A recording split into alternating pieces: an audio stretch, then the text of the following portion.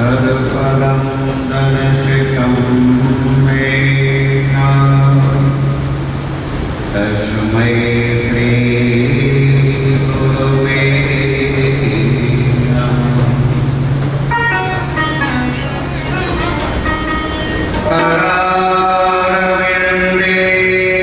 पदारविन्दं मुखारविन्देन विनवेशयन्तं वटस्य भद्रस्य पुटे शयानं बालमुकुन्दं मनसा स्मरामि। बंसी विभूषित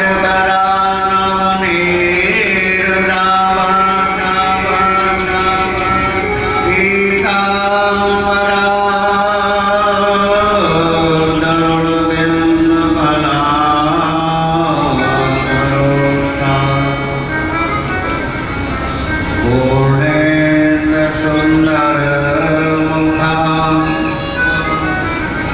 गरुड़विंद नेत्रा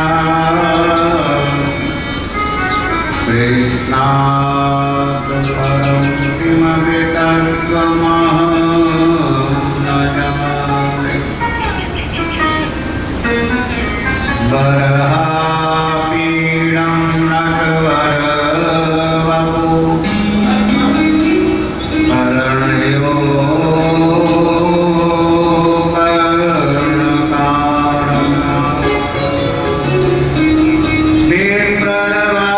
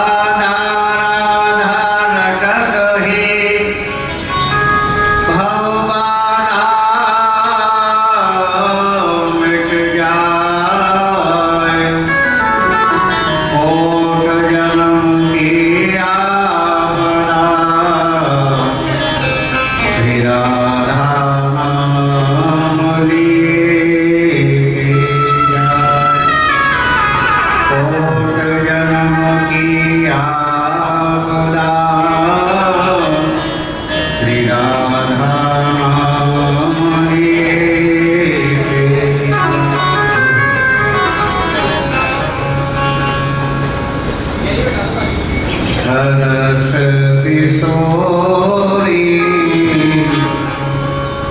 वयस की थोरी रति रस गोरी कीजे कृपा की को श्री राधे कीजे कृपा की को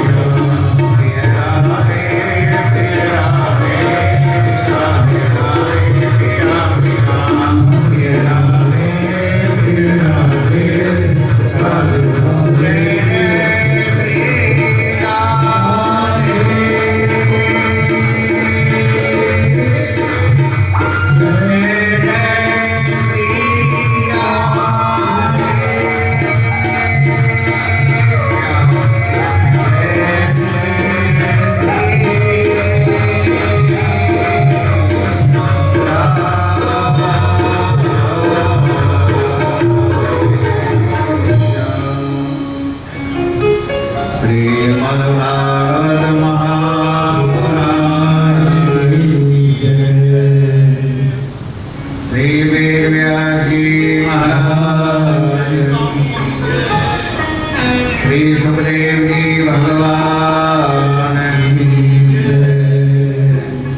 श्री नारायण भगवान की जय। श्री वृंदावन बिहारी लाल की जय। श्री राजा रामचंद्र भगवान की जय। श्री पवन सुत हनुमान की जय। बोलो राधा रानी की।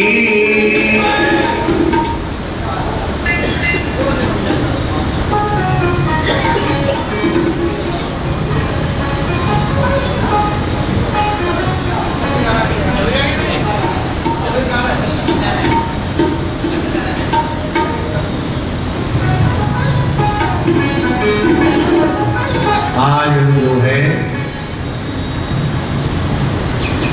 यहाँ श्री राम मंदिर में एकादश यानी जो वार्षिक श्रावण मास की कथा होती है वो 11वीं कथा है। वैसे तो लगभग हमारी जो है करीब 18 कथा हो चुकी हैं। करीब जो है 15 कथा 15 कथा मंदिर में हो चुकी हैं और बाकी 3-4 कथा बाहर हो गई, तो 18-19 लगभग टोटल कथा हो गई। और ये जो है श्रावण मास की, तो ये समझो कि भगवान कृष्ण और भगवान भोलेनाथ की कृपा से जो है, जो भगवान श्री कृष्ण ने और भगवान शंकर ने जो आशीर्वाद आप लोगों के ऊपर बना करके रखा है, जो कृपा आप लोगों के ऊपर भगवान ने दे रखी है, उसी कृपा के माध्यम से जो है हर वर्ष इस भागवत की रचना हुई और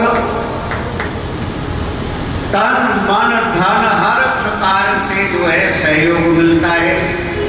ऐसा नहीं है, धन से भी सहयोग करते हैं सब, और धन से सहयोग तभी किया जाता है जब मन होता है। मन नहीं हो तो धन से भी सहयोग नहीं कर सकते। ये दोनों बात होना बहुत कठिन बात है, लेकिन यहाँ जो है धन का भी सहयोग है, मन का भी सहयोग है और तन का भी सहयोग है, जिससे जो सेवा कहते हैं वो जो है अपनी सेवा अवश्य करते हैं। तो ये सब जो है ठाकुर जी की बड़ी ही अपार और असीम अनुकंपा है हम सब लोगों के ऊपर, आप सबके ऊपर, क्योंकि दुर्लभ मानसो देहि देहि नाम सुप्रति भव। क्या है? इस मनुष्य जीवन का अर्थ बताते हैं कि मनुष्य जीवन क्या है। मनुष्य जीवन जो है कि दुर्लभो मानसो देहि देहि नाम सुप्रति भव। एक नहीं, जब हमारे जन्म जन्मांतरों के पुण्य उदय होते हैं तब जाकर के हमें जो है ये शरीर मिलता है। और ये शरीर क्यों मिलता है? क्योंकि 84 लाख योनियों में जो है ये मनुष्य जीवन ही श्रेष्ठ क्यों कहा जाता है? इसको श्रेष्ठ क्यों कहा गया है? आहार निद्रा भय मैथुन समान में तत्पशुभिर नराना।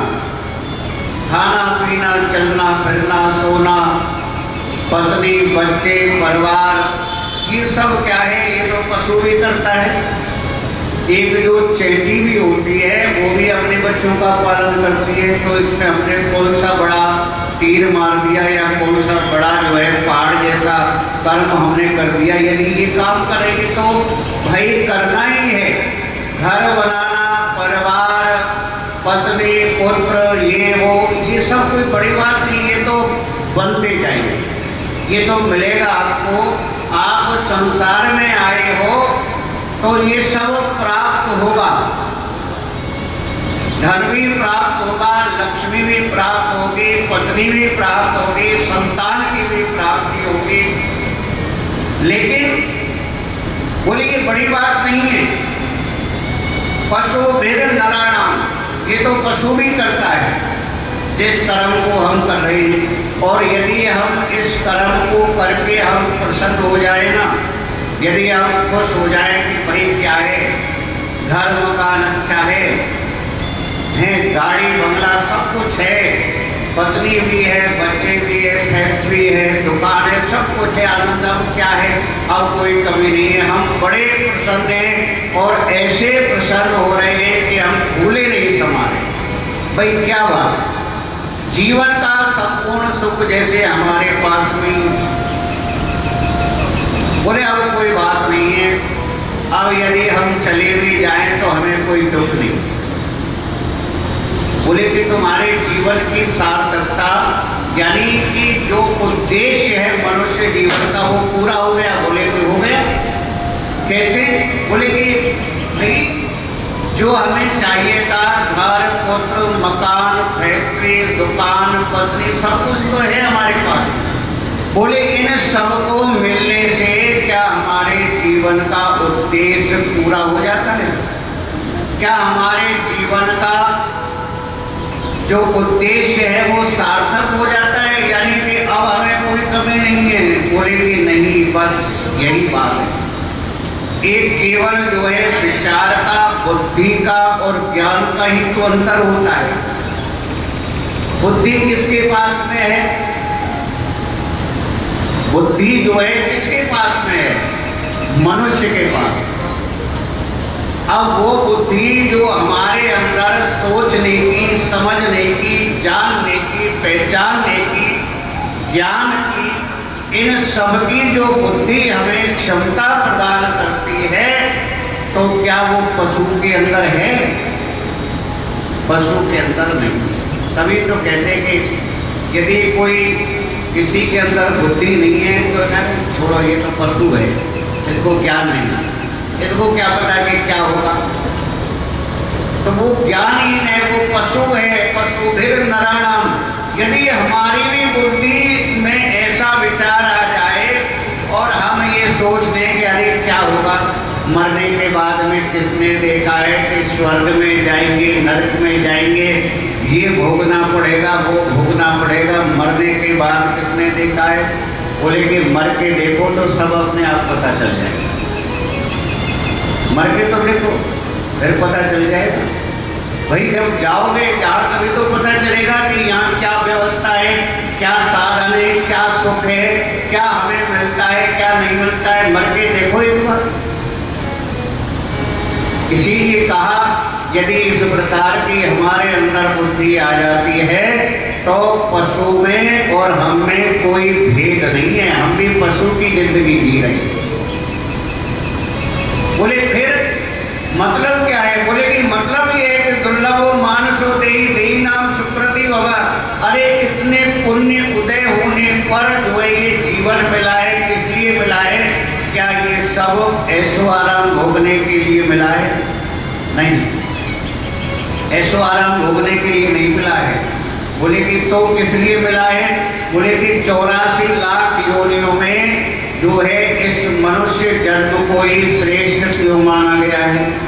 इसलिए माना जाता है कि इसके अंदर जो है मनुष्य को बुद्धि की प्राप्ति होती है और बुद्धि के द्वारा वो ज्ञान प्राप्त करके आत्मा और परमात्मा के भेद को समझ करके वो इस जीवन से अर्थात जन्म मरण के बंधन से मुक्त हो सकता है।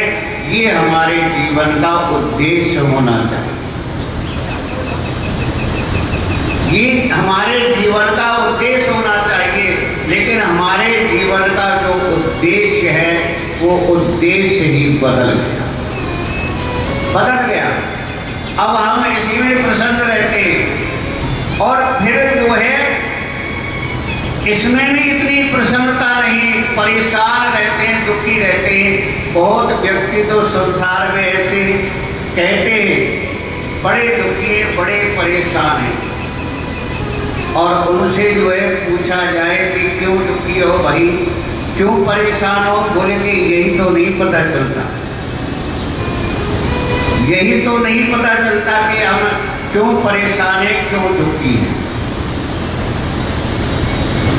और वो व्यक्ति जो है कैसे, बोले कि वो अपने सुख से सुखी नहीं है, अपने दुख से दुखी नहीं है, वो तो दूसरे व्यक्ति के सुख से दुखी हो रहे हैं, इसीलिए उनको दुख है। तभी तो वो कहते हैं कि पता नहीं हमें क्या कष्ट है, क्या दुख है, पता नहीं चलता। मन हमारा जो है बड़ा ही उदास होता है, और हमारी जो बुद्धि है वो बुद्धि हमारी किस प्रकार की है। एक व्यक्ति जो है एक हाथ में हथौड़ी और एक हाथ में कील, और कील को जो है जिस तरफ से नुकीला भाग होता है उधर से ठोकनी चाहिए उसको दीवार में, लेकिन वो उल्टी तरफ से दीवार में ठोक रहा है। अब समझने की बात है, समझना, वो जिधर से नुकीली है उधर से हथौड़ी मार रहा है, और जो दूसरा भाग है कील का वो दीवार पर लगा रखी है, तो कील कैसे ठुकेगी बताओ, कैसे दीवार में ठुकेगी। अब देखो एक उससे भी बड़ा ज्ञानी आ गया, बोले कि क्या कर रहे हो, बोले कि इस दीवार में जो है मैं कील ठोकने की कोशिश कर रहा हूँ, लेकिन ये कील जो है दीवार में जा ही नहीं रही। बोले अरे तू पागल है, देखा मैं देखता हूँ कैसे नहीं जा रही। अब उस व्यक्ति ने क्या देखा, बोले कि जिधर से कील को ठोका जाता है वो हिस्सा इधर है, तो वो ऐसे पकड़ के कील को गया कि सामने दीवार है, बोले कि इस दीवार की कील है यहाँ ठुकेगी, वहां कैसे ठुक जाएगी। अब बताओ दोनों में बुद्धिमान कौन है। अरे उस कील को वही नहीं बदल सकते थे, उधर का ऐसा उधर कर दो, लेकिन नहीं, वो व्यक्ति जो है उस कील को ऐसे पकड़ के ले गया सामने दीवार से, बोले भाई यहाँ ठुकेगी, ये कील इस दीवार की है, उस दीवार की नहीं है। बताओ दोनों व्यक्ति कितने बड़े महान हैं। हंसने की जरूरत नहीं है, यही दशा हमारी हो रही है, हम इतने महान होते जा रहे हैं। कलयुग का प्राणी जो है, बोले कि कोई कहे चाहे ना कहे, लेकिन अपने आप में यही समझता है कि हम बड़े ज्ञानी हैं, हम बड़े महान हैं, हम बड़े जो है विद्वान हैं, हम बड़े जो है समदर्शी हैं। बोले कि हाँ ये तो पता है, पता तो सबको रहता है, लेकिन बात क्या होती है कि मानता कोई नहीं है, ऐसा लगता है क्योंकि भगवान की जो माया है वो यही है। जब बालक जो है 7 महीने का बालक जब माता के गर्भ में होता है तो भगवान से पता है क्या प्रार्थना करता है, क्योंकि उसको उस समय ब्रह्म ज्ञान होता है। और जब ब्रह्म ज्ञान होता है तो वो बालक मात्र जो है 7 महीने का बालक भगवान से प्रार्थना करता है, और यही प्रार्थना करता है कि हे प्रभु, हे दीनबंधु, हे दीनानाथ, हे भक्तवत्सल, मैं आपकी शरण में आया हूँ, आप मेरी रक्षा करो, और मैं जो है इस संसार सागर में जाना नहीं चाहता। क्यों? क्योंकि वहां जाने पर मेरी दुर्गति हो जाती। अब दुर्गति कहाँ पर होती है? दुर्गति तो वही नरक में जाने पर होती है। अब जो स्वयं नरक में बैठा हुआ है वो उसको नरक नहीं मान रहा, वो संसार को सबसे बड़ा नरक बता रहा है कि वहां जाने पर या रहने पर दुर्गति नहीं हो रही उसकी, वहां जाने पर जो है उसकी दुर्गति हो जाती है। संसार को जो है उसने सबसे बड़ा नरक संसार को बताया। वहां जाने पर मेरी दुर्गति हो जाती है, इसीलिए हे प्रभु मैं वहां नहीं जाना चाहता, आप मेरी रक्षा करो, आप मेरे ऊपर कृपा करो। जब उसको ब्रह्म ज्ञान होता है तब उस समय जो है ब्रह्मवाणी जो है उसके कानों में पड़ती है। बोले जा रहे मूर्ख प्राणी, तुझे पता नहीं इस समय तुझे जो जन्म मिलने वाला है वो बहुत ही दुर्लभ जन्म मिलने वाला है। और वो जन्म क्या है? वो जन्म है मनुष्य का। बोले मनुष्य का जन्म? बोले हाँ, मनुष्य जन्म प्राप्त होने वाला है। चाहे स्वर्ग में जाओ, चाहे वैकुंठ लोक में जाओ, चाहे ब्रह्म लोक में जाओ, चाहे इंद्र लोक में जाओ, जहां भी जाना चाहते हो जा सकते हो, क्योंकि यही सब तुम्हारे हाथ में आ जाएगा। तुम्हारे हाथ में। बोले कि मेरे हाथ में? बोले कि हाँ, कर्मण्यवाद का रस्ते मां फलेषु कदाचन। बोले कि कर्म के द्वारा जो तुम्हें प्राप्त करना है प्राप्त हो जाएगा। जहां तुम्हें जाना है तुम्हें उस स्थान की प्राप्ति हो जाएगी। तुम्हें मोक्ष की प्राप्ति करनी है, मोक्ष की प्राप्ति हो जाएगी। तो ये सुनकर के जो है ये प्राणी बहुत प्रसन्न होता है, बहुत खुश होता है। और फिर जो है जो ब्रह्मवाणी उसके कानों में जो है सुनाई पड़ती है, वो वाणी बंद हो जाती है। और ये प्राणी धीरे धीरे करके, क्योंकि संसार में आने के लिए तैयार हो जाता है, भगवान से भी जो है ब्रह्म से भी वादा करता है कि ठीक है, अब मैं ऐसे ही कर्म करके आऊंगा जो आवागमन से मुक्त हो जाऊं। अब देखो, जब जन्म होता है तो ये बताओ कि उस बालक को सबसे पहले गोद में कौन लेता है? बताओ कौन लेता है? कितने वर्षों से कथा सुन रहे हैं, कितने वर्षों से सत्संग सुन रहे हैं। जिस बालक का जन्म होता है सबसे पहले उसको गोद में कौन लेता है? मृत्यु। देखो बहन जी ने सही बताया, मृत्यु गोद में लेती है सबसे पहले। ना कोई दाई लेती है, ना कोई नर्स लेती है, क्योंकि जन्म और मृत्यु दोनों का जो है बराबर बंधन है। जन्म लेते ही मृत्यु का प्रभाव प्रारंभ हो जाता है। सबसे पहले जीव का जन्म होता है तो वो मृत्यु की गोद में जाता है, वहां से उसका काउंट डाउन शुरू हो जाता है। चाहे जीवन कितनी भी समय का मिला हो, कितने भी वर्ष का मिला हो, उससे कोई मतलब नहीं, लेकिन हाँ मृत्यु उसको अपनी गोदी में ले लेती है। अब बालक जो है, बोले कि बाल्यावस्था के कर्म तो ऐसे हैं कि वो तो जो है पता ही नहीं चलता कि वो कब निकल गए। अब बाल्यावस्था के बाद में आई युवावस्था। बोले कि जिस अवस्था में, यानी कि जो भगवान ने, जो परमात्मा ने, जो विधाता ने कहा था वो कर्म तुम अब कर सकते हो, लेकिन कहते कि अच्छा हमारी ये उम्र है, अभी भजन करने की उम्र है, अरे अभी पढ़ाई लिखाई करेंगे, धन कमाएंगे, घर मकान बनाएंगे, फैक्ट्री बनाएंगे, अच्छी सी गाड़ी लेंगे, जब सारा कुछ हो जाएगा, हमारे बच्चे हो जाएंगे, सब हो जाएगा, तब देखेंगे भगवान का भजन करेंगे, तब करेंगे। बताओ कितनी लंबी गारंटी दे किसने रखी है? बताए किसी को? भगवान ने या हमारे शास्त्रों में तो ऐसा कहीं नहीं लिखा हुआ है कि भैया इतनी बड़ी, यानी कि जो भी जाएगा ये सब काम करके ही जाएगा। बताओ है कितनी बड़ी जो है गारंटी।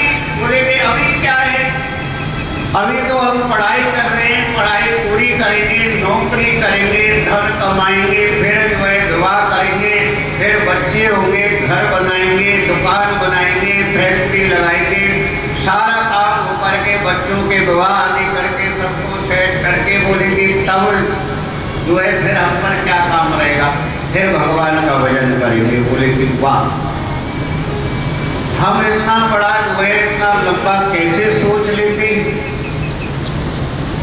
इतने आगे तक की हमने विचार, यानी कि लगभग जो है कम से कम जो है पहले से ही हमने, जैसे विधाता बना देते हैं ना, लिख देते हैं भाग्य के बारे में। जब जन्म होता है उससे पहले ही जो है भाग्य लिख दिया जाता है। अब वो भाग्य, बोले कि भाग्य क्या बदलता है, बोले कि बिल्कुल बदलता है। कैसे बदलता है वो, कि तुम्हारे कर्मों के ऊपर, अपने कर्मों से अपने भाग्य को भी बदल सकते हो, ऐसे कर्म होने चाहिए। अब जो है कितना लंबा जो है बायोडेटा पहले ही तैयार कर लिया, पता नहीं जो है हमें कहां से पता चल जाता है, ऐसा ज्ञान कहां से मिल जाता है कि हम इतने आगे तक की सोच लेते हैं। और देखो इधर जो है हमारे शास्त्र क्या कहते हैं, हमारे शास्त्र कहते हैं क्षणभंगुर जीवन की कलियां, कल प्रात को जान खिली न खिली, मलियागिर की सुध शीतल मंद, सुगंध समीर चली न चली, कल काल कुठार लिए फिरता, तम्रसु चोट ढिली न ढिली, भजले हरि नाम ली रसना, फिर अंत समय पे हिली न हिली। क्षणभंगुर जीवन की कलियां, एक क्षण का तो भरोसा है नहीं, एक क्षण के बाद में क्या होगा, यानी कि आज का दिन तो देख लिया, कल का कुछ पता ही नहीं। लेकिन यहाँ तो जो है इतना लंबा जो है बायोडेटा बन गया, तब जाकर के जो है क्या, तब जो है भगवान के भजन का नंबर आएगा, तब करेंगे आराम से। काम क्या रहेगा, बैठे बैठे माला करते रहेंगे। बोले कि कब, बोले कि यानी जब बूढ़े हो जाएंगे वृद्धावस्था में, बोले कि तब तुम भगवान का भजन करोगे, यानी कि अपने आत्मा के लिए तब उद्धार करोगे अपनी आत्मा का। बोले कि नहीं, तब तुम कुछ नहीं कर सकते, फिर तो जो करेंगे तुम्हारे घर वाले करेंगे तुम्हारे, तुम कुछ नहीं कर सकते। क्योंकि नारद जी ने कहा कि अरे मूर्ख प्राणी, तू जागृत अवस्था में आ और अपने आप को पहचान के जीवन क्यों मिला है, ये जीवन क्यों मिला है।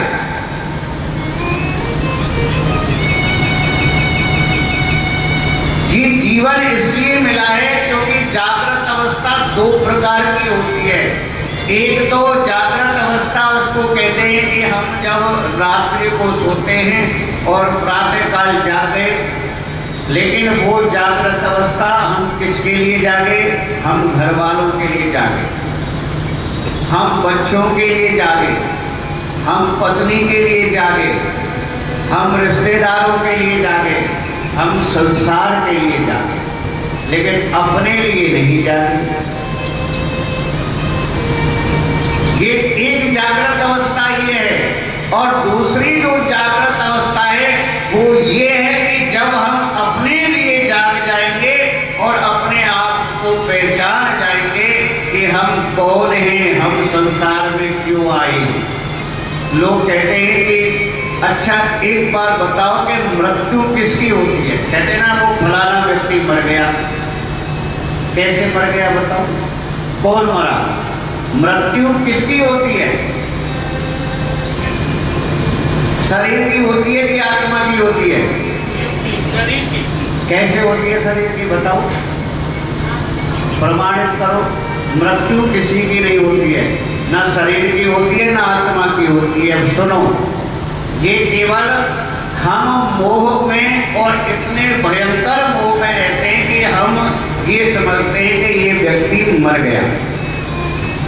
मृत्यु तो यदि शरीर की मृत्यु हो जाए ना तो ये पूरी सृष्टि खत्म हो जाएगी। और आत्मा बोलेगे, आत्मा ईश्वर अंश जीव अविनाशी चेतन अमर सहज सुखराजी। ये आत्मा तो जो है परमात्मा का अंश है।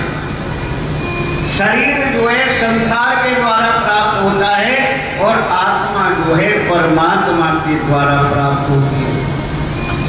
जब आत्मा अविनाशी है, परमात्मा अविनाशी है, तो आत्मा के मृत्यु का तो कोई सवाल ही नहीं उठता। अब जो है रह गया शरीर, बोले छित जल पावक गगन समीरा पंच रचित ये अधम शरीरा। तुलसीदास जी महाराज ने इस शरीर को अधम यानी पापी कहा है। ये तो जड़ है, बताओ।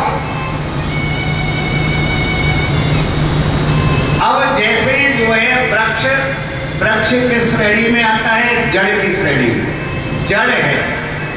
अब जो जड़ है उसकी क्या मृत्यु होगी बताओ? जो पहले से ही निर्बल है तो वो कैसे बलवान हो? बोले तो शरीर की भी मृत्यु नहीं होती है, क्योंकि पृथ्वी जल और अग्नि ये तीन तत्व ऐसे हैं और इन तीन तत्वों में ही शरीर को मिलाया जाता है। अग्नि में संस्कार किया जाता है, पृथ्वी में दफन किया जाता है और जल में प्रवाह किया जाता है। बाकी आपने चौथा कोई संस्कार नहीं सुना होगा कि भाई वायु में सुखा दो शरीर को या आकाश में फेंक दो, क्योंकि ये तीन तत्व ही ऐसे हैं जो इस शरीर को इन पांच तत्वों में विलीन कर देते हैं। और जब ये पांचों तत्व जो है अपने अपने स्थान को चले जाते हैं, जब हम इसका जो विधि का विधान है जो कर देते हैं संस्कार, तो पांच तत्वों पंच तत्वों में विलीन हो जाते हैं। यदि शरीर की मृत्यु हो जाएगी तो ये पांच तत्व भी नष्ट हो जाएंगे। मृत्यु किसकी होती है? मृत्यु होती है मोह की। जो हमारा मोह था, उस व्यक्ति का फलाना जो नाम था, फलाना नाम का व्यक्ति वो मर गया। अब ये हमारा वो है वो व्यक्ति दिखाई नहीं देता, उस व्यक्ति की मृत्यु हो गई। ये संसार का सबसे बड़ा मोह है। हमारे शास्त्र कहते हैं कि न किसी का जन्म होता है और न किसी की मृत्यु होती है। जन्म मरण तो ये केवल संसार का एक प्राणियों का भ्रम है, और जिस दिन ये भ्रम टूट जाएगा उसी दिन ब्रह्म ज्ञानी बन जाओ। लेकिन इस भ्रम को तोड़ना आसान काम नहीं। पता है कि जब हम रात में सोते हैं तो रात्रि में स्वप्न देखते हैं, और स्वप्न क्या देखते हैं कि रात्रि में हम सोए और राजा बन गए। अब राजा बन गए तो बड़ी जो है शान की जिंदगी आ जाती है। बढ़िया बढ़िया जो है स्वादिष्ट भोजन मिल रहे हैं खाने के लिए, रथ में जा रहे हैं, दास दासियां जो है सेवा में खड़े हुए हैं, बड़ा आनंद आ रहा है। लेकिन जो है जब स्वप्न टूटता है तो क्या देखते हैं? स्वप्न में अभी जो है कुछ क्षण के लिए, कुछ समय के लिए हम राजा बन गए, राजा बन गए। और जब जो है स्वप्न टूट गया तो क्या हुआ कि देखा कि हम तो अपने ही बिस्तर पर पड़े हुए, भैया बैठ के हो जाओ, दिन निकल आए, चलो अपने काम धंधे में लग जाओ। राजा वाजा कुछ नहीं थे, हम तो सपना देख रहे। तो ये फर्क है, स्वप्न टूट गया तो हकीकत पता चल गई कि हम कहां पर हैं। तो बस इतना ही भेद होता है कि देखो, एक स्वप्न हम बंद आंखों से देखते हैं, जो आंख खुलने पर वो स्वप्न टूट जाता है, और एक स्वप्न जो है हम खुली आंखों से देख रहे हैं, जो बंद होने पर टूट जाता है। बताओ ये सत्य है कि नहीं?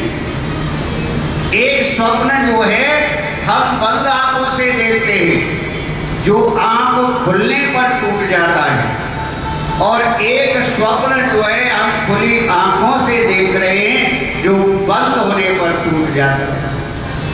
और ये दोनों स्वप्न टूटेंगे जरूर, कोई रोक नहीं सकता है। आप चाहे कितनी भी ताकत लगा लो, आप जो है इस स्वप्न को रोक नहीं सकते, ये टूटेगा।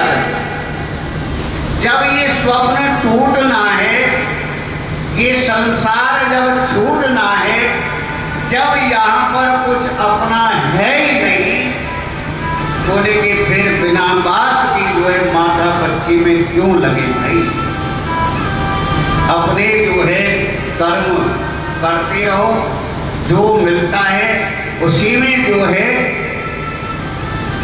प्रसन्न रहो, भगवान का नाम लेते रहो, क्योंकि भगवान ने जिस कारण से तुम्हें भेजा है। अब लोग कहते हैं कि क्या करें, ये माया जाल ऐसा है, टूटता ही नहीं, छूटता ही नहीं। बोले कि माया जाल तो छूट जाएगा, केवल जो है मन के अंदर क्या है, दो शब्दों का भेद होता है। पहला जो शब्द है वो ये है कि मेरा है, ये बंधन का कारण होता है। इसमें आकर के जीव जो है बंध जाता है, और यदि यहीं पर जीव ये कह दे कि मेरा नहीं है, मेरा नहीं है, सब कुछ जो है भगवान का है, तो जीव मुक्त हो जाता है। लेकिन ये कब कहेगा मेरा नहीं है, या ये काम मैंने नहीं किया, यदि कुछ गलत हो जाता है तो कहेगा भगवान की मर्जी थी, भगवान की ऐसी कृपा थी, ऐसा ही होना था। ये सब जो है भगवान की लीला है। तब तो भगवान की लीला समझ में आ जाती है, और जो अच्छा अच्छा होता रहे तो भगवान की लीला समझ में नहीं आती, फिर तो अपनी लीला समझते हैं कि बहुत अच्छा हो रहा है हमारा, तो देखो हम कितना अच्छा करते जा रहे हैं, हमने ये कर दिया, हमने वो काम किया, हमें उसमें सफलता मिली, हमने ये किया, हमें उसमें सफलता मिली। बोले कि फिर तो हम जो है अपने ही गुणगान करते रहेंगे, अपने बारे में ही जो है बोलते रहेंगे। लेकिन चेत रे गुमानी नर ये, चेत रे गुमानी नर ये, जन्म न मिले माया संग न चले, माया संग न चले। चेत रे गुमानी नर ये, चेत रे गुमानी नर ये, जन्म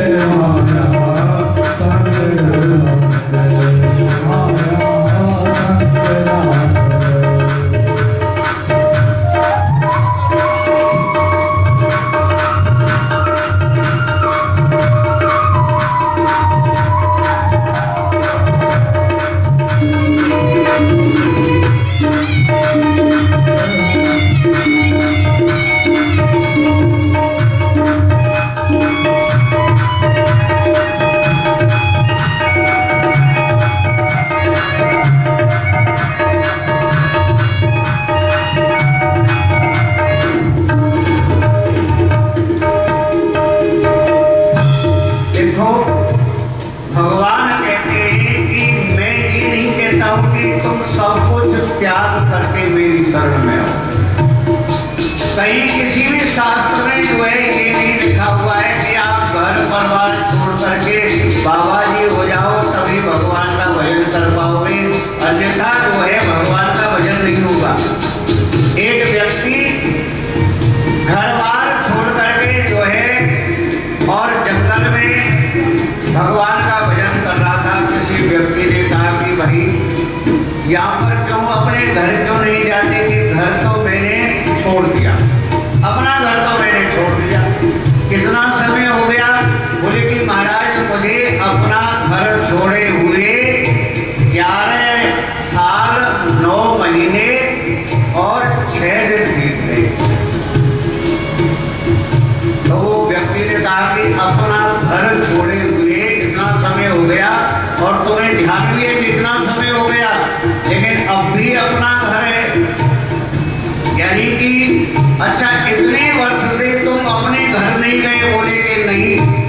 अच्छा दूसरा कोई बुलाए उनके घर जाते? बोले कि उनके घर जा रहे। तो वो व्यक्ति भी बड़ा ज्ञानी था। बोले कि एक बात बताओ, तुम दूसरों के घर पे चले जाते हो लेकिन एक घर, उस घर ने तुम्हारा क्या बिगाड़ दिया जो तुम उस घर में नहीं जाते? बाकी घरों में तो जाते हो ना, बताओ उस घर से तुम्हारी क्या दुश्मनी है? उस घर में ही तो नहीं जाती। बोले आज भी जो है अपने मुख से तुम इस बात को कहते हो कि अपना घर छोड़े हुए मुझे इतने वर्ष बीत गए, यानी आज भी वो अपना घर है। तुमने छोड़ा क्या है? बोले कि हमने तो संसार को त्याग दिया। बोले कि कहाँ रह रहे हो? फिर संसार को त्याग दिया तो बताओ भाई कहाँ रह रहे हो? जिसने संसार को त्याग दिया ये मन से जो है। बोले तुम रह कहाँ रहे हो? बोले कि हम तो जंगल में रहते हैं अपनी कुटिया बनाकर। तो वो संसार में नहीं आता क्या? वो जंगल संसार में नहीं है, वो कहीं अलग चला गया। हमने जो है अनेक प्रकार के हमारे जो है सुख सुविधा थी, सबको त्याग दिया। बोले कि अब यहाँ बोले कि ये तो जिसकी मर्जी है जो सेवा कर देता है, हम कुछ नहीं कहते। किसी ने कहा कि महाराज जी को एसी लगवा दो, तो हम एसी की हवा में रह गए। बोले कि इसका मतलब तुम उन्हीं सुख सुविधाओं का आज जो है लाभ उठा रहे हो और कह रहे हो कि संसार त्याग दिया। बोले कि क्या करें, कहाँ जाएं? बोले यही बात, ये बड़े जो है एक सोचने का विषय है और बड़ी जो है बारीक बुद्धि से सोचने का विषय है कि संसार को कैसे त्यागा जाए। शरीर के त्यागने से संसार कभी नहीं त्यागा जाता। शरीर के त्याग यानी कि घर छोड़ने से संसार नहीं त्यागा जाता। संसार में तो तुम रहोगे, कहीं ना कहीं तो रहोगे जाकर के, तो संसार कैसे? बोले कि देखो घर में रह करके घर को त्यागा जा सकता है, परिवार में रह करके परिवार को छोड़ा जा सकता है, परिवार को छोड़ा जा सकता है, घर में रह करके घर को त्यागा जा सकता है और संसार में रह करके संसार को भी त्यागा जा सकता है। लेकिन थोड़ी विधि अलग है। ऐसे थोड़ी है कि चलो जो है माला उठाई, कमंडल उठाया और घर छोड़ दिया तो छूट गया। घर में रह करके आप घर को छोड़ सकते हो, परिवार को छोड़ सकते हो, घर में रह करके। बोले ये कैसे हो सकता है? ये तो बात कुछ समझ में नहीं आई कि घर में रह करके घर को कैसे छोड़ दिया। बोले कि हाँ, बोले कि संसार में क्या है? हमारा मोह। घर में क्या है? हमारा मोह। परिवार में क्या है? हमारा मोह। बोले इस मोह को खत्म कर दीजिए, यानी कि मेरा कुछ नहीं है, सब कुछ भगवान का है। घर भी भगवान का है, परिवार भी भगवान का है, जो कुछ है भगवान का है। मेरा तो अपना कुछ है ही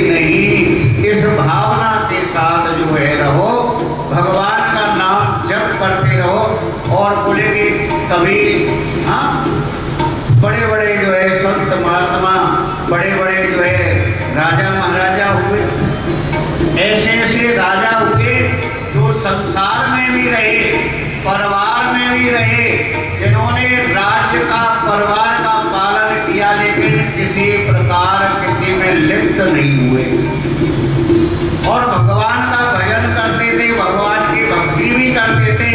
ऐसी भगवान की भक्ति करते थे कि दुर्वासा जैसे ऋषि भी उनका कुछ बिगाड़ नहीं पाए। दुर्वासा मुनि जैसे महात्मा भी, क्योंकि भगवान ऐसे भक्त की स्वयं रक्षा करते। हमें मन से त्यागना है, शरीर के त्याग करने से कुछ नहीं होता है। हमें जो है अपने मन से, अपनी इंद्रियों से जो है इस सब को जो है त्यागना है। अब भगवान का हम भजन करते हैं तो कैसे करते हैं, भगवान का हम ध्यान करते हैं तो कैसे करते हैं, भगवान के हम दर्शन करते हैं तो कैसे करते हैं, भगवान के जो है कथा आदि में अपनी जो है हम बुद्धि लगाते हैं।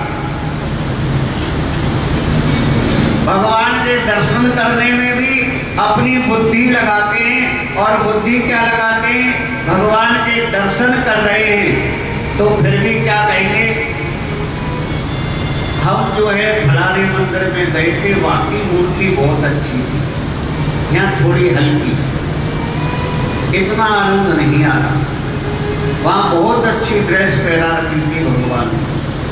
हम ड्रेस देख रहे हैं, हम बहुत अच्छा मंदिर सजा हुआ है,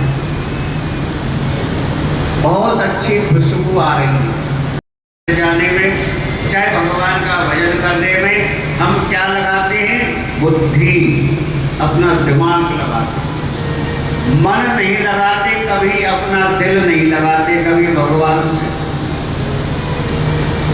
क्योंकि मन और अपना दिल, ये अपनी इंद्रिया, यदि ये सब जो है हम भगवान के दर्शन करने में, भगवान के भजन करने में लगा दें तो सब संकट जो है संसार का समाप्त हो जाए।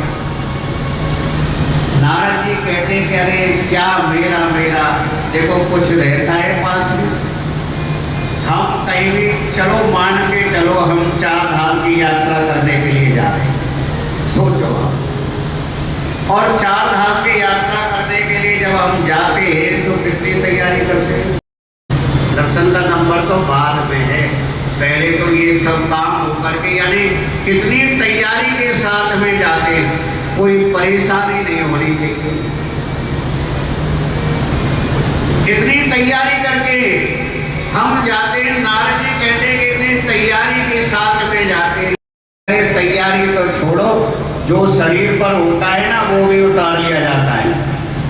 ये थोड़ी है कि नहीं है बढ़िया अंगूठी पहना के भेजो, माला वाला, चश्मा वाला, सब कुछ बढ़िया तरह कोट पैंट, सूट पैंट पहना के भेजो, भाई पूरा तैयार करके भेजो, भेजते हैं ऐसे, बोले कि नहीं। और एक बात और होती है, कई बार जो है ये प्रश्न आ जाता है कि देखो,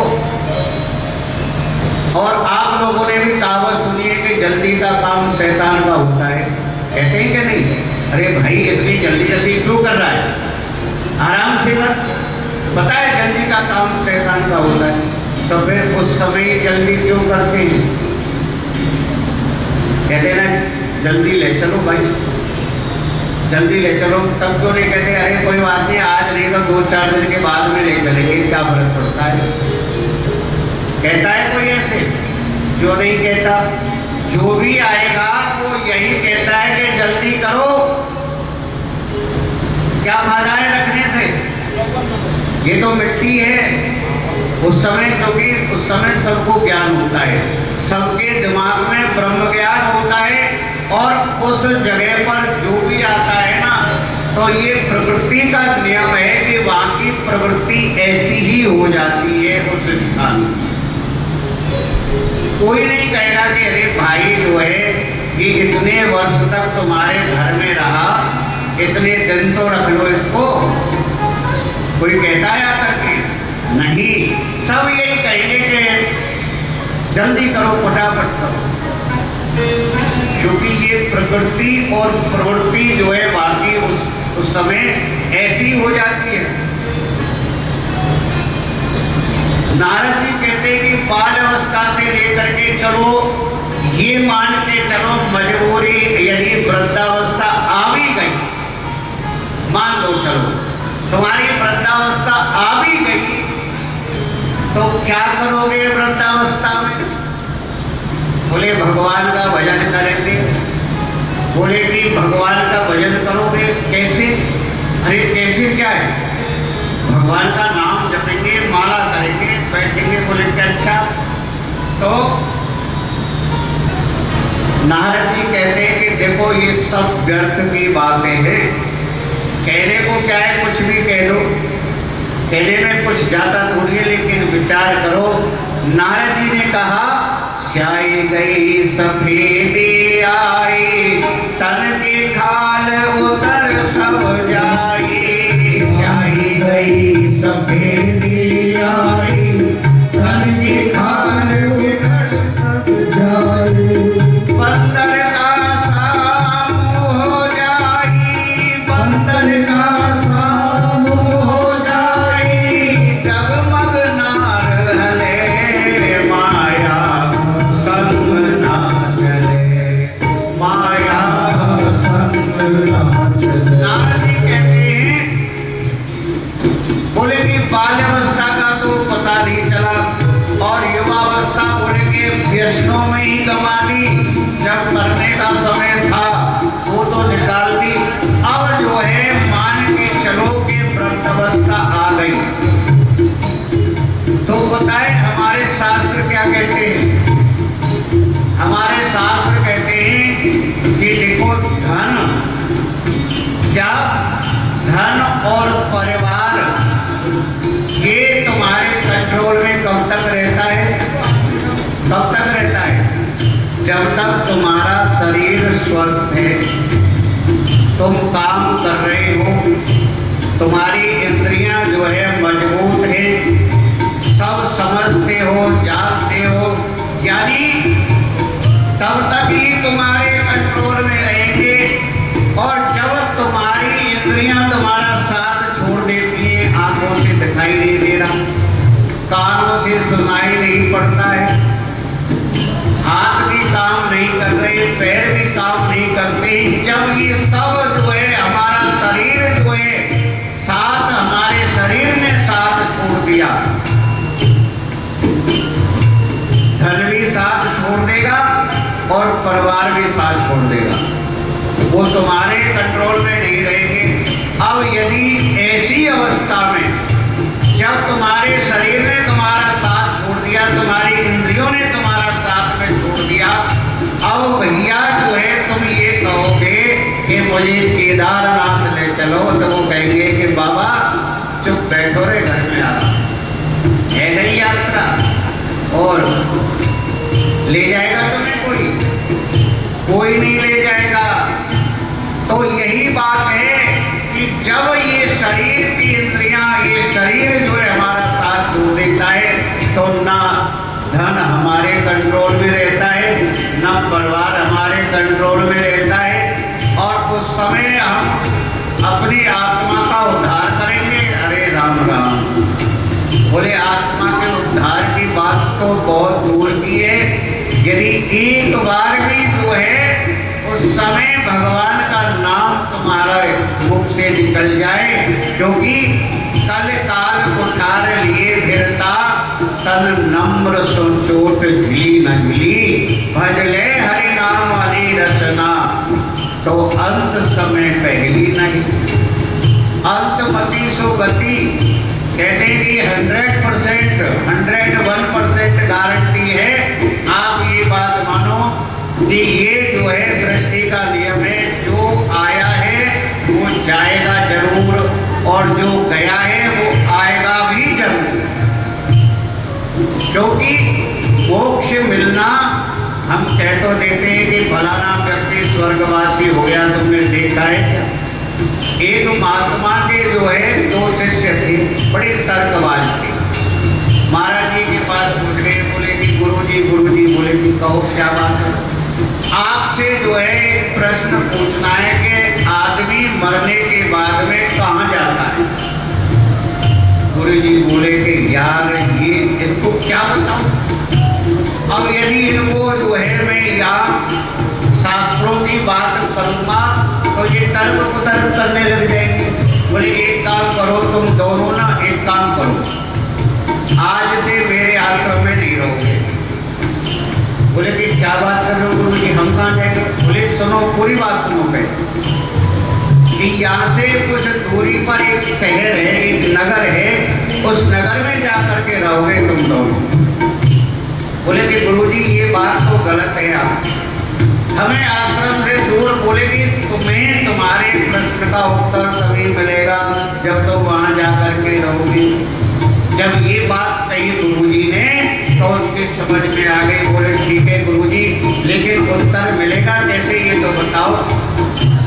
बोले कि देखो एक काम करो, जब उस नगर में किसी व्यक्ति की मृत्यु हो जाए ना तो तुम भी साथ में जाना और शमशान तक जाना, जब तक उसका क्रियाकर्म पूरा नहीं हो जाए वहीं पर रहना।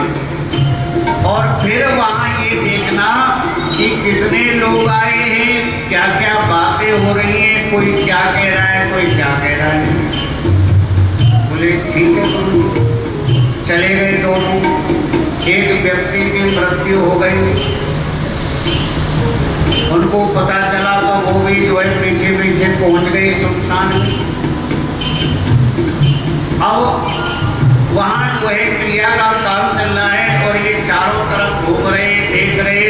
जब सारा कार्यक्रम संपन्न हो गया, सब जाने लगे, तो जो है कुछ लोग ऐसे थे कि उस व्यक्ति को वहाँ से शमशान भूमि में से बाहर निकलते गालियाँ देने लगे। अरे बड़ा कमीन था, बड़ा बेकार आदमी था, मेरे पैसे खा गया, इसका सत्यानाश, अच्छा है मर गया, नहीं दो चारों के पैसे और ले लूँगा। यानी ऐसे बोल रहे। अब वो गुरु जी के पास जाकर पहुँचे, समाचार सुनाया।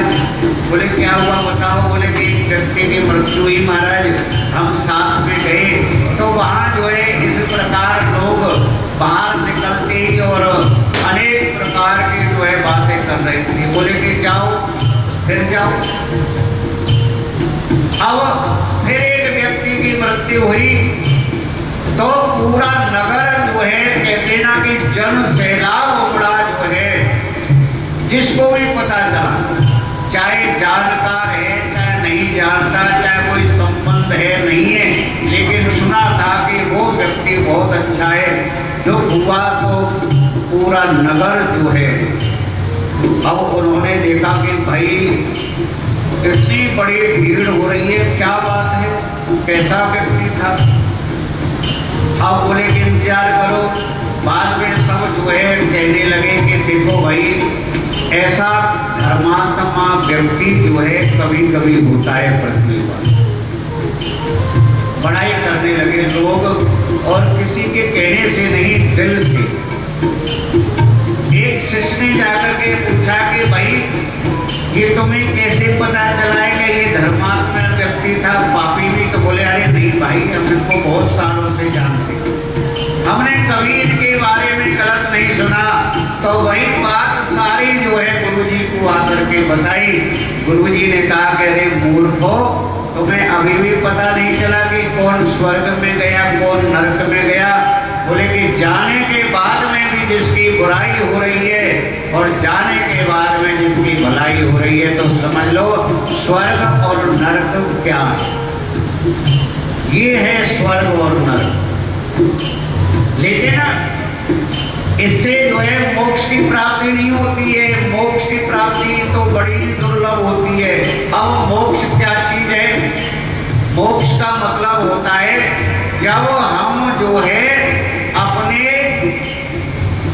जन्म और मरण के बंधनों से मुक्त हो जाएं, उसको मोक्ष की प्राप्ति कहते हैं। यानी पुनर्जन्म न विद्यते, जब हमें दूसरा जन्म नहीं मिले तो हमें मोक्ष की प्राप्ति होती। अब ये मोक्ष की प्राप्ति कैसे होती है कि जब हमारे अच्छे कर्म और बुरे कर्म, यानी हमारे अब अच्छे कर्म भी नहीं बचे, हमारे अब बुरे कर्म भी नहीं बचे, दोनों कर्म हमारे नष्ट हो गए हैं और जो है इन जो है जन्म और मरण, शुभ और अशुभ कर्म जो है हम इनसे ऊपर उठ गए। न अच्छे कर्म न बुरे कर्म, जब इन कर्मों से हम ऊपर हो गए तब हमें मोक्ष की प्राप्ति मिलेगी। अब इन कर्मों से ऊपर कैसे उठेंगे? काम, क्रोध, लोभ, मोह, राग, द्वेष, ईर्षा, अहंकार और जो है हमारा जो चित्त, जब ये सब हमारी इंद्रियां पवित्र रहेगी, शुद्ध रहेगी, हमारे बस में रहेंगी। अब संसार में रह करके तो ये होना हर व्यक्ति के बस की बात नहीं, कोई मतलब ही नहीं है। करोड़ों में से कोई मिलेगा तो वो हमने नहीं देखा, ये मान के चलो। चाहे हम अपने आप को कितना बड़ा भी ब्रह्म ज्ञानी समझ लें, चाहे कितना भी बड़ा ज्ञानी समझें, कुछ भी समझें, और लेकिन संसार में तो हमें आना ही पड़ेगा। जन्म हमारा निश्चित होगा, जैसे मृत्यु निश्चित है और वैसे ही जन्म भी निश्चित है। मोक्ष तो तभी मिल सकती है जब हम इन कर्मों से परे हो जाए। नारद जी कहते हैं कि जिस प्रकार जीव संसार में आता है और मृत्यु को प्राप्त हो जाता है और अनेक प्रकार के जो है अनेक जन्मों के कष्टों को भोगता है, लेकिन जब उन कष्टों को भोगता है तब जो है भगवान को याद करता है। संसार में जब तक सुख रहते हैं, क्योंकि जब तक सुख रहेंगे तब तक जो है हम किसी प्रकार कोई हमें चिंता नहीं रहती, और जरा सा भी थोड़ा सा भी कष्ट आया, व्याकुल हो गए, परेशान हो गए, बेचैन हो जाते हैं। अरे भैया, यदि सुख तुमने प्राप्त किया है तो दुख को पड़ोसी थोड़ी प्राप्त करेंगे, और किसी को प्राप्त थोड़ी होगा, तुम्हें ही प्राप्त होगा और तुम्हें ही उसका फल भोगना पड़ेगा, दूसरा भोगने के लिए नहीं आएगा। क्योंकि सतयुग, त्रेता, द्वापर, कलयुग, चार प्रकार के जो युग बनाए हैं, हर प्रकार से हर युग में और युग के अनुसार उसकी मान्यता है। कलयुग में क्या था, द्वापर युग में क्या था, और त्रेता युग में क्या था, सतयुग में क्या था। सतयुग के प्राणी कैसे थे, त्रेता युग के प्राणी कैसे थे, द्वापर युग के प्राणी कैसे थे, और कलयुग के प्राणी कैसे हैं। कलयुग के प्राणी कैसे हैं? एक बार नारद जी जो है भ्रमण करने के लिए आए मृत्यु लोक में। जब नारद जी मृत्यु लोक में भ्रमण करने के लिए आए और नारद जी ने क्या देखा कि भाई कलयुग है, कलयुग सब युग आन नहीं, जो नर कर विश्वास। वास्तव में कलयुग से बड़ा कोई युग है ही नहीं। इतना आसान और इतना सरल तरीका है कलयुग में कि कलयुग केवल नाम आधारा, सुमिर सुमिर नर उतरे। लेकिन ये मत समझना कर्मों का फल तो भोगना ही पड़ता है, क्योंकि भोक्तव्यम अवश्यमेव शुभाशुभ कर्म। हमारे वेदों में, शास्त्रों में नहीं, वेदों में लिखा हुआ है जो कर्म आपने किया है, जो कर्म आपने किया है वो अवश्यमेव भोगना पड़ेगा, क्योंकि बिना भोगे हुए कभी भी कर्म फल समाप्त नहीं होता है। ना एक कर्म करने से दूसरा कर्म कटता है। ये सोचते हो ना, कह रहे चलो हमसे ये कर्म हो गया, कोई बात नहीं, भंडारा लगा देते हैं, हमारा वो कर्म समाप्त हो जाएगा। ऐसा नहीं है, वो धर्म का कार्य है, उसका भी फल भोगना पड़ेगा, और जो तुमने अधर्म किया है उसका भी फल भोगना पड़ेगा। एक कर्म करने से दूसरा कर्म कभी भी समाप्त नहीं होता। इस भूल में कभी भी मत रहना। कि हमने ये दान कर दिया तो आज हमने जो किया है सब खत्म हो गया। कुछ खत्म नहीं होता है, सब भोगना पड़ेगा, क्योंकि बिना भोगे हुए कभी भी कर्म फल समाप्त नहीं होता है। कलयुग नारद जी ने जब देखा कि एक स्थान पर बहुत लोग भीड़ जमा हो रही, नारद जी ने सोचा कि भाई कोई ना कोई बात है, या तो कोई सत्संग हो रहा है या कोई कथा हो रही। नारद जी पहुंच रहे हो भीड़ में, लोगों ने देखा, अरे बाबा कहाँ घुसे जा रहे हो? बोले कि मैं देख रहा हूँ क्या हो रहा है यहाँ पर, किसी महाराज जी का। बोले कोई महाराज जी का सत्संग नहीं चल रहा है यहाँ पर। बोले कि तो अरे तुम सब लोग यहाँ इकट्ठे क्यों जमा हो? बोले कि यहाँ कुछ नहीं हो रहा, तुम्हारे मतलब की कोई बात नहीं, जाओ यहाँ से कहीं और जाओ। नारद जी ने कहा क्यों भाई, हमारे मतलब की बात क्यों नहीं है? बोले कि अरे देखने से तो ऐसा लगता है कि तुम बाबा जी हो, संत हो, लेकिन यहाँ कोई कथा कीर्तन नहीं हो रहा है, यहाँ कोई भंडारा नहीं लग रहा है जो तुम यहाँ खड़े हो गए। बोले कि नहीं, हम तो देख कर जाएंगे। बोले क्या देखोगे? यहाँ तो जुआ खेल रहे हैं। बोलो खेलोगे?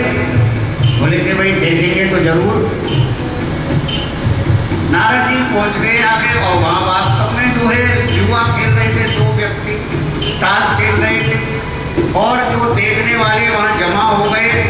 बोले कि अब उन दोनों में शर्त लगी थी कि देखो भाई, जो जीत जाएगा तो जो हारेगा उसकी जो सारी संपत्ति है वो जीतने वाले की हो जाएगी। तो जो है बड़ा अच्छा खेल चल रहा था, लोग आनंद ले रहे थे।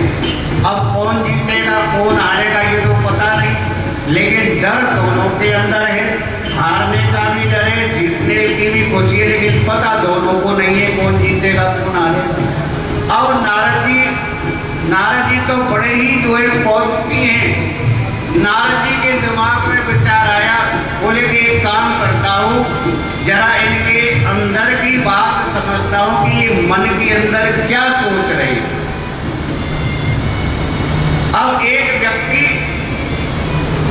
उसके मन के अंदर की बात नारद जी ने जानी, तो देखो बाहर से तो वो अपने आप को बड़ा ही प्रसन्न, बड़ा खुश दिखा रहा है, लेकिन मन के अंदर जो है भगवान से वो प्रार्थना कर रहा है।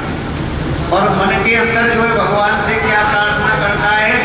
भगवान से वो प्रार्थना कर रहा था कि हे प्रभु, हे ठाकुर जी, आप मेरी रक्षा करो। यदि आज मैं जीत गया ना तो मैं आपके लिए बहुत कुछ करूँगा। यदि आज जीत गया तो करूँगा। देखो नारद जी बोले भाई जो भी है, लेकिन इसके विचार बहुत अच्छे। देखो भगवान को याद कर रहा है और भगवान से कह रहा है, जैसे एक बाप कहता है ना अपने बेटा के लिए कि मैं तेरे लिए बहुत कुछ करूँगा, तू चिंता मत कर। वो व्यक्ति भगवान के लिए कह रहा है, प्रभु आपके लिए बहुत कुछ करूँगा। नारद जी बोले कि चलो, इतनी भावना, यानी कि ये व्यक्ति बहुत अच्छा है, समझदार है। अब नारद जी ने जो है दूसरे व्यक्ति के मन की बात जानी, जो उसके सामने बैठा हुआ था, कि ये क्या सोच रहा है। अब देखो वो मन के अंदर भगवान से वो भी प्रार्थना कर रहा है, और वो प्रार्थना क्या करता है? वो भगवान से ये प्रार्थना करता है कि प्रभु यदि आज मैं जीत गया ना, सही बता रहा हूं, मैं अपने लिए कुछ नहीं करूंगा, मेरे पास में जितना भी धन आएगा, यानी जीता हुआ जितना भी धन आएगा, मैं इसको धर्म के कार्य में लगा दूंगा, अपने ऊपर खर्च नहीं करूंगा। नारद जी बोले कि भाई ये तो और भी महान व्यक्ति है, कह रहा है कि अपने ऊपर कोई खर्चा नहीं करूंगा, इस धन में से केवल धर्म के काम में लगाऊंगा। अब नारद जी बोले कि भाई अब तो जो है इनका परिणाम जो है देखना ही पड़ेगा, क्या होता है। रिजल्ट आ गया जी, एक जीत गया एक हार गया। अब कौन जीता? बोले कि वो व्यक्ति जीत गया जिसने ये कहा था कि मैं जो है इस धन को धर्म के कार्य में लगाऊंगा, अपने काम में नहीं लूंगा। वो व्यक्ति जीत गया, एक हार गया। अब जो व्यक्ति हार गया था तो पहले नारद जी उसके पास में गए, बोले कि ये तो ठीक नहीं हुआ, लेकिन कोई बात नहीं भाई, देखो ये सब जो है कर्मों का लेख है, ये सब जो है विधाता की। बोले कि हाँ और क्या, भगवान ने ही तो कराया है सब कुछ। इतनी सेवा पूजा करता हूँ दिन रात और भगवान ने मेरे साथ में ऐसा कर दिया, आज से मंदिर जाना भी बंद।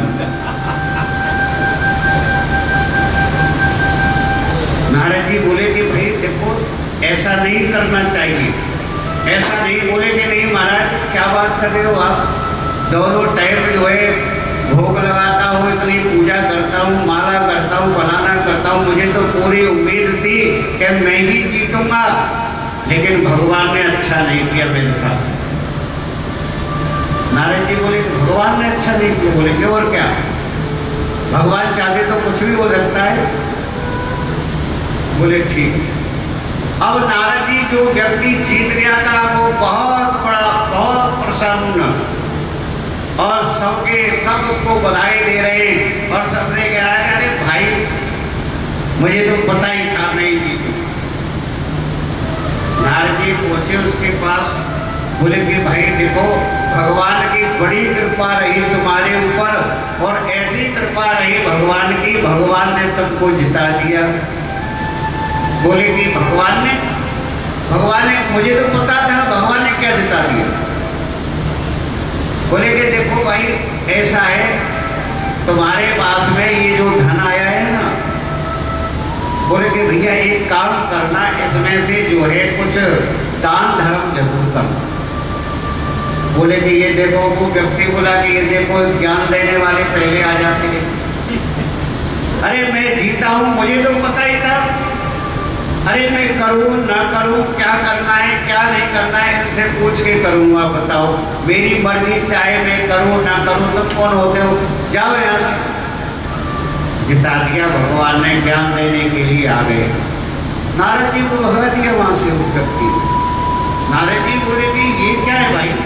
बोले कि वास्तव में ही कलयुग का प्राणी यही है, बताओ कैसे। सत्संग में बैठा है, अब हम यहाँ चाहे जन्म की बात करें, चाहे मृत्यु की बात करें, चाहे धन की बात करें, चाहे माया की बात करें, सब सत्य है, सब अच्छी लगती है। हम ये भी कहेंगे ना कि हम एक ना एक दिन जरूर जाएंगे, सही बात है, गलत थोड़ी है। हम एक ना एक दिन अवश्य मरेंगे, ये भी बात सत्य है, लेकिन यहाँ से बाहर जाकर सड़क पे किसी से कह देना तू मरेगा, फिर देखो तुम्हारी क्या हालत होती है, तुम्हारा सत्संग कितना अच्छा होगा। क्योंकि वो बात वहां अच्छी नहीं लगेगी, सुनना चाहते हैं जो हमें अच्छा लगता है। लेकिन 3 जगह ऐसी बताई हैं, एक सत्संग सभा, एक शमशान भूमि, और एक जो है माता का गर्भ। यहाँ ब्रह्म ज्ञान होता है हर प्राणी को, हर व्यक्ति को ब्रह्म ज्ञान होता है, कुछ भी कहो सब समझ में आता है कि हाँ ये बात सत्य है, कुछ साथ में नहीं जाता है, जाना सबको है, मृत्यु एक ना एक दिन निश्चित है, ये हम सब जानते हैं समझते हैं। लेकिन यहाँ से खड़े होने के बाद में जयराम जी की फिर कुछ नहीं पता, जाने वाला जो गया, कहाँ गए थे, बोले कि वो फलाना व्यक्ति चला गया, ऐसे ही बोलते हैं, फलाना व्यक्ति चला गया, हम थोड़ी जाएंगे, हम तो हमारे, ये तो कहते ही नहीं है कि हम भी जाएंगे एक नहीं, वो फलाना व्यक्ति चला गया, फलाना व्यक्ति चला गया। तो कहने का तात्पर्य है कि सच्चिदानंद रूपाय विश्वोत्पत्त्यादि हेतवे और तापत्रय विनाशाय श्री कृष्णाय वयं नमः। इन सब संकटों का साधन जो है एक ही है, और वो क्या है, वो है भगवान की शरणागति। जब तक हम भगवान की शरण में नहीं जाएंगे, भगवान का भजन हम नहीं करेंगे, यानी बस में हम बैठते हैं, यदि सरकारी बस में बैठते हैं तो किराया लगता है कि नहीं लगता है, लगता है ना। तो ऐसे ही वहाँ जाने का भी किराया लगता है, और वो किराया हमारे पास में होना चाहिए। और वो किराया क्या है कि हमारे जो अच्छे जो शुभ कर्म है, जो हमने दान किया है, जो हमने धर्म किया है, वो हमारा किराया है। वो हमारे साथ में जाएगा और हमारे साथ में कुछ नहीं जाता। क्योंकि संसार का जो प्राणी होता है, बोले कि संग्रह किसका करता है? संग्रह का मतलब होता है इकट्ठा करना, जो दिखाई देता है। धन दिखाई देता है, पता है कि बैंक में इतना रखा है, नीचे जो है कमरे में इतना गाड़ रखा है, अलमारियों में इतना रखा है, सब कुछ पता है। पता है, इसको संग्रह करना कहते हैं, इकट्ठा करना। कितने मकान हैं, कितनी गाड़ियां हैं, सब पता है।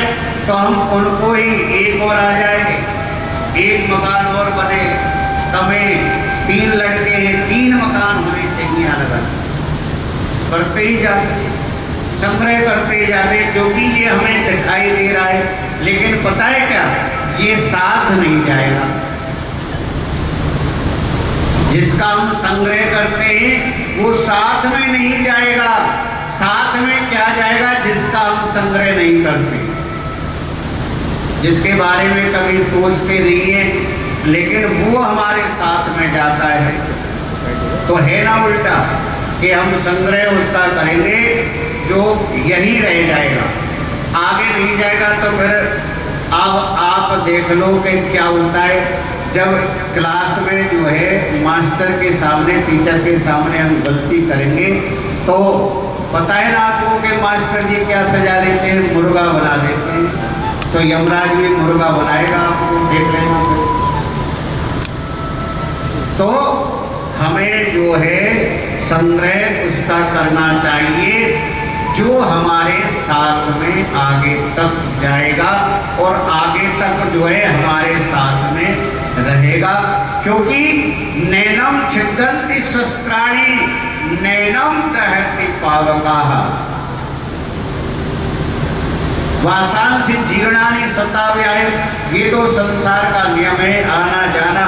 भाई आज जो है हमने अच्छे कपड़े पहने, गंदे हो गए तो वो तो बदले जाएंगे, नए वस्त्र पहने जाएंगे। तो आत्मा का वही रूप है। 1 वर्ष की आयु हो, चाहे 50 वर्ष की आयु हो, चाहे 100 वर्ष की आयु हो, आत्मा के लिए तो वो शरीर पुराना हो जाता है। और चाहे 1 दिन की आयु मिले, वो भी पुराना हो गया। तो आत्मा उस शरीर को त्याग कर जाएगी, क्योंकि जितना समय निर्धारित किया गया है, कल काल कुठार लिए फिरता। काल जो है कहीं से आता नहीं है। लोग कहते हैं ना कि फलाने व्यक्ति का काल आ गया, समय आ गया। कहाँ से आ गया भाई? कहीं छुट्टी पर थोड़ी गया हुआ था काल, जो आ गया। हमेशा जो है हमारे साथ में रहता है, एक एक क्षण जो है हमारे साथ में रहता है।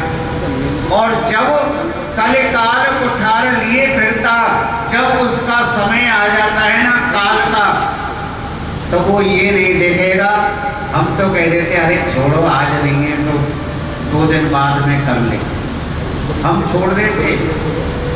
आज नहीं हुआ तो अरे छोड़ो, कल कर लेंगे। अरे ठीक है, कल तो कर लेंगे, लेकिन कल का सूरज तुमने देखा नहीं देखा, क्या करोगे? क्या गारंटी है इस बात की? लेकिन यही सोचते हैं कि हम कल कर लेंगे। काल एक क्षण की भी प्रतीक्षा नहीं करता है। जो घड़ी, जो तिथि, जो नक्षत्र, जो समय निर्धारित किया गया है, उसी समय आपको ले जाए।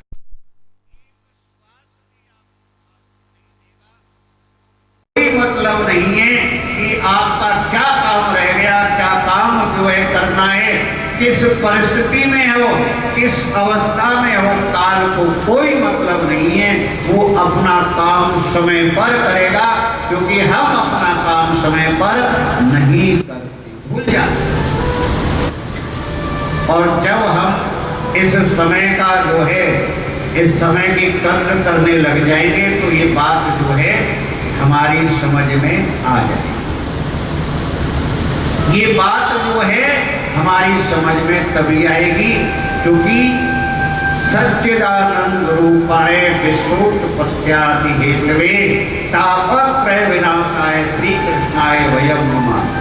सच्चिद आनंद स्वरूप पर ब्रह्म परमात्मा भगवान श्री कृष्ण जिनकी कृपा से इस सृष्टि का निर्माण होता है, ये सृष्टि उत्पन्न होती है, भगवान की कृपा से जो है इस सृष्टि का पालन होता है और भगवान की कृपा से जो है इस सृष्टि का संहार होता है और अंत में यह संपूर्ण सृष्टि भगवान के उदर में ही वास करती है। जैसे बालक को खिलौना दे दिया जाता है, जब तक मर्जी होती है तब तक बालक खेलता है, नहीं तो गुस्से में आकर के तोड़ देता है जब उसका मन भर जाता है। ऐसे ही जो है विधाता है, जब तक उनकी मर्जी है सृष्टि चल रही है, जब उनकी इच्छा समाप्त हो गई तो सृष्टि का भी संहार कर देते, सृष्टि भी समाप्त हो जाती। तो इसीलिए जो है तापत्रय विनाशाय, 3 प्रकार के जो ताप हैं, 3 प्रकार के ताप भगवान के नाम लेने से, भगवान की शरण में जाने से नष्ट हो जाते हैं। दैहिक, दैविक और भौतिक, ये 3 प्रकार के ताप होते हैं। इन 3 प्रकार के तापों से जो है प्राणी ग्रसित है। दैहिक ताप क्या है? जो हमें शरीर के द्वारा प्राप्त होता है। शरीर में कोई बीमारी हो जाती है, सिर में दर्द हो गया, बुखार आ गया, अनेक प्रकार की शारीरिक बीमारी, इसको जो है हम दैहिक ताप कहते हैं। और दैविक ताप क्या होता है? दैविक ताप उसको कहा जाता है जैसे भूकंप आ गया, बाढ़ आ गई, बिजली गिर गई, भूस्खलन हो गया, इसको हम दैविक ताप, दैविक आपदा कहते हैं। और भौतिक ताप क्या है? भौतिक ताप यही होता है कि जैसे कई बार ऐसा हो जाता है कि हमारी वाणी से जो है इस प्रकार ऐसे शब्द निकल जाते हैं जो सामने वाले को कष्ट होता है, उसका मन दुखी हो जाता है। हमारे बोलने से, हमारी वाणी में अमृत है और हमारी वाणी में ही विष है। एक क्षण में जो है यदि तुम्हें लड़ाई करनी है किसी को तो एक क्षण में हो जाएगी, एक क्षण में हो जाएगी लड़ाई। और यदि प्रेम करना है तो एक क्षण में भी हो जाएगा इसी वाणी के द्वारा। तो ये भौतिक ताप है जो संसार में हमें एक दूसरे के द्वारा प्राप्त होता है। हम सोच रहे अरे ये व्यक्ति गाड़ी कैसे आ गई इसके पास, कल तक तो खाने के लिए तरसता था, आज इसके पास में गाड़ी आ गई, 2 मकान हो गए इसके,